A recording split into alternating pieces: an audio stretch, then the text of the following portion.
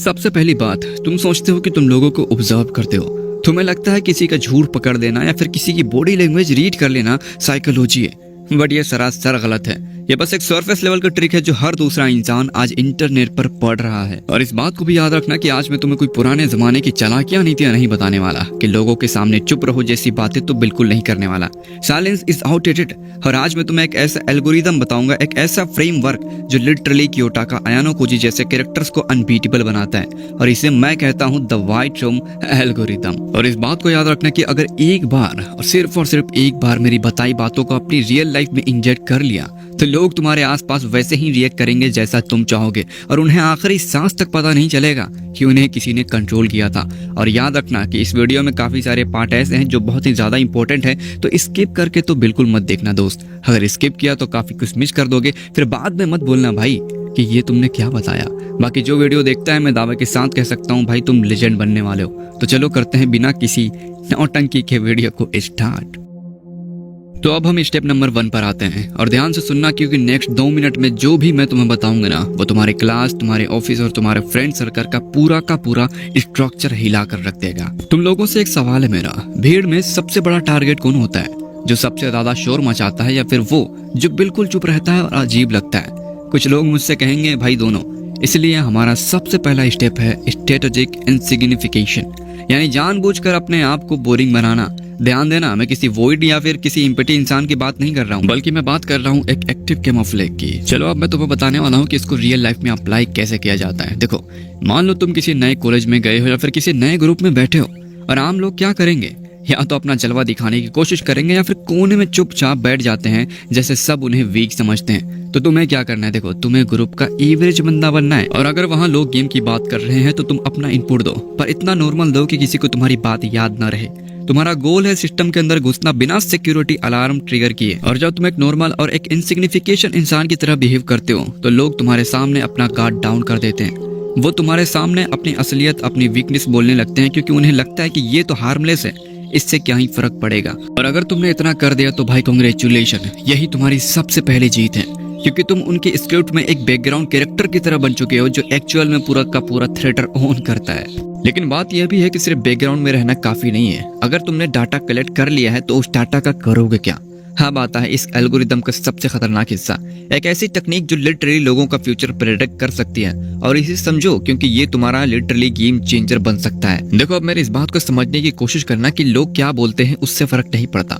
जो भी बक रहे हैं ना वो सब कुछ बकवास है, लेकिन लोग कैसे रिएक्ट करते हैं वही असली डाटा होता है। और इसको कहते हैं द बिहेवियरल मैपिंग। देखो, इंसान ना एक प्रोग्राम मशीन की तरह है। जब उस पर स्ट्रेस पड़ता है तो वो हमेशा एक फिक्स पैटर्न में रिएक्ट करता है, और तुम्हारा काम है उस पैटर्न को रिकॉर्ड करना। और इसे अप्लाई कैसे करेंगे वो मैं अभी बताता हूँ। देखो, अभी जो मैं तुम्हें बताने वाला हूँ ना उस चीज को समझने की कोशिश करना और अप्लाई करना अपनी रियल लाइफ में। हाँ, लेकिन जो एग्जाम्पल मैं तुम्हें दूंगा वो शायद तुम्हारे रियल लाइफ में ना आए, तो अच्छे से समझने की कोशिश करना और किसी अच्छे तरीके से अपनी रियल लाइफ में अप्लाई करना। देखो, अपने आसपास के लोगों को ऑब्जर्व करना शुरू करना, लेकिन अजीब तरीके से घूर कर नहीं, उनके बेसलाइन डेविएशन को देखो। मान लो तुम्हारा एक दोस्त है जो हमेशा कॉन्फिडेंस से बात करता है, किसी से नहीं डरता, लेकिन एक दिन कैंटीन में बैठे बैठे किसी ने उसे एक छोटा सा जोक मार दिया और लिटरली नॉर्मल सिचुएशन में तो वो हंस देता है, लेकिन आज उसके हंसने पर लिटरली उसका मूड खराब हो गया और उसने अपना फोन निकालकर चलाने लगा। हालांकि नोटिफिकेशन नहीं आया, जेब में था, उसने फोन निकाला एंड वो चलाने लगा। अब इसका मतलब क्या हुआ? Literally boom. देखो, मैं नहीं जानता कि तुम्हें समझ में आया या फिर नहीं आया, लेकिन ये था असली डाटा। फोन चेक करना बिना नोटिफिकेशन के एक डिस्प्लेसमेंट एक्टिविटी की तरह है। इसका मतलब उसका ईगो तो हर्ट हुआ, वो किसी और बात से मतलब उसको हर्ट तो हुआ, लेकिन वो बंदा दिखाना नहीं चाहता, वो बंदा बताना नहीं चाहता, वो अपने चेहरे पर कोई भी एक्सप्रेशन नहीं लाया, लेकिन उसने फोन निकाला, फोन चेक किया बिना नोटिफिकेशन के। वो इग्नोर कर रहा है लोगों की बातों को भाई, लेकिन उसको हर्ट हुआ है और तुमने ये चीज ऑब्जर्व कर लिया है दोस्त। तुम्हें जानकर मजा आएगा कि अयानो कोजी भी यही करता है। वो लोगों के छोटे छोटे ग्लिचेस को अपने माइंड में सेव कर लेता है, और नेक्स्ट टाइम जब तुम्हें उस दोस्त से कोई बड़ा काम निकलवाना हो ना तो लिटरली एग्जैक्ट मूवमेंट तुम क्रिएट कर देते हो जिससे वो स्ट्रेस फील करने लगता है, और फिर अचानक से एक सेफ ऑप्शन बनाकर उसकी मदद करने लग जाते हो, और वो तुम्हारे एहसान तले दब जाता है। और समझ भी नहीं आता भाई सामने वाले बंदे को कि ये पूरा का पूरा सिनेरियो तुमने खुद ही डिजाइन किया था, और लिटरली वो तुम्हारा काम कर भी देता है और उसे पता भी नहीं चलता है। और यही है द पावर ऑफ ऑब्जर्वेशन। देखो, तुम्हें एक बात बताना है मुझे, ऑब्जर्वेशन ना साइकोलॉजी का बहुत ही पावरफुल चीज है। मतलब अगर तुम ऑब्जर्वेशन सीख लेते हो तो तुम बहुत कुछ कर सकते हो। लेकिन दिक्कत यह भी है ना कि सारे बंदे ऑब्जर्वेशन तो सीख लेते हैं, हर बंदे को देख रहे अरे वो इस चीज़ से डरता है, अरे वो उसे ये चीज़ पसंद नहीं है, मतलब सीख तो लेते हैं लेकिन लोग अप्लाई नहीं कर पाते, उसका फ़ायदा नहीं उठा पाते, सिर्फ ऑब्जर्व करते रह जाते हैं। लेकिन अगर तुम चाहते हो कि मैं ऑब्जर्वेशन पे वीडियो बनाऊं, पार्ट 2 लाऊं, तो कमेंट कर दो ऑब्जर्वेशन पार्ट 2। मैं ज़रूर लाऊंगा, नेक्स्ट वीडियो उसी के ऊपर होगी, लेकिन इसके लिए तुम्हें कमेंट करना पड़ेगा। तो फिलहाल हम आगे बढ़ते हैं। अब यहाँ तक तो तुम लोगों ने रीड करना सीख लिया, पर ध्यान दो अभी तक हमने ना कोई एक्शन नहीं लिया यार। अब मैं तुम्हें बताऊंगा कि सामने वाले से अपना काम कैसे निकलवाया जाए बिना उसे फोर्स किए, और ट्रस्ट मी ये वाला कॉन्सेप्ट तुम्हारा दिमाग के पूरे का पूरा तार खोल कर रख देगा। और हाँ, इंपॉर्टेंट बात ये भी है कि भाई तुम क्या कर रहे हो, अब तक वीडियो को हाइप नहीं किया ना तो हाइप कर दो, हो सके तो एक प्यारा सा कमेंट कर दो, और लाइक सब्सक्राइब करना तो भूलना ही मत। तो चलो आगे बढ़ते हैं। देखो तुमने अपने लाइफ में ये जरूर देखा होगा कि जब दो लोग बहस करते हैं ना, या फिर जब कोई तुम्हें डोमिनेट करने की कोशिश करता है, तो लोग क्या करते हैं, या तो वो काउंटर अटैक करते हैं या फिर चुप हो जाते हैं। और लिटरली ये दोनों ही मूव्स गलत हैं।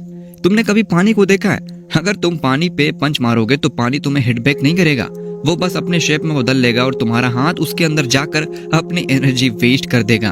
और तुम्हें सिचुएशन में बिल्कुल वैसा ही बनना है। मान लो तुम्हारे क्लास या फिर ऑफिस में एक बंदा है जो हमेशा तुम्हें नीचे दिखाने की कोशिश करता है ताकि वो कूल बन सके, और वही तुम्हारे पास आकर बोलता है भाई तू पढ़ाई नहीं करता, तेरा कुछ नहीं होगा। अब एक आम इंसान क्या करेगा, या तो खुद को डिफेंड करने की कोशिश करेगा या फिर मारा पीटी कर देगा, लड़ाई कर देगा। और तुम्हें उससे बिल्कुल भी लड़ाई नहीं करना, बल्कि उसकी बातों में एग्री कर देना है। हाँ भाई तू तो सही बोल रहा है यार, मेरा कुछ नहीं हो सकता, मैं फालतू में मेहनत कर रहा हूँ। बस तुम जैसा ही ये चीज बोलोगे ना, मतलब वो बंदा तो तुम्हें उकसाना चाहता था, तुमसे लड़ना चाहता था, लेकिन तुमने उसी की बात पर एग्री कर दिया। और अब क्या होगा पता है, कि वो बंदा ना तुम्हें दोबारा चिढ़ाने की कोशिश करेगा, तो तुम उससे कुछ मत करना, तुम उसे फिर से बोलो हाँ भाई तू सही बोल रहा है, मैं ही गलत हूँ। तुम्हें कुछ नहीं बोला, उसके हाँ पे हाँ मिलाना है। और लिटरली ऐसे पता है बहुत से लोग जो है ना, बहुत से स्टूडेंट या फिर बहुत से लोग चिढ़ते हैं सामने वाले बंदे से।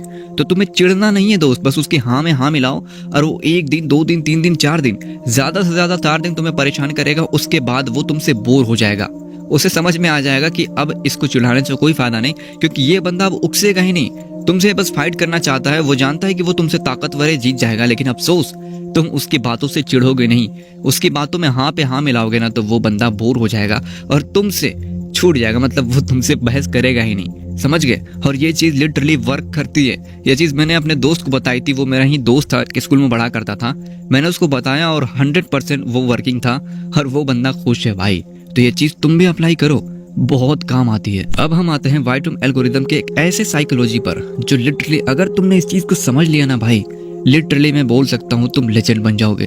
और इस चीज को सीखने और समझने के लिए मैंने पूरे के पूरे 2 साल लगा दिए थे, और इस चीज को आज मैं जानता हूँ, और लिटरली हमारे लाइफ में ये हर जगह काम आती है। और ये चीज तुम्हें सीखना बहुत ही ज्यादा जरूरी है।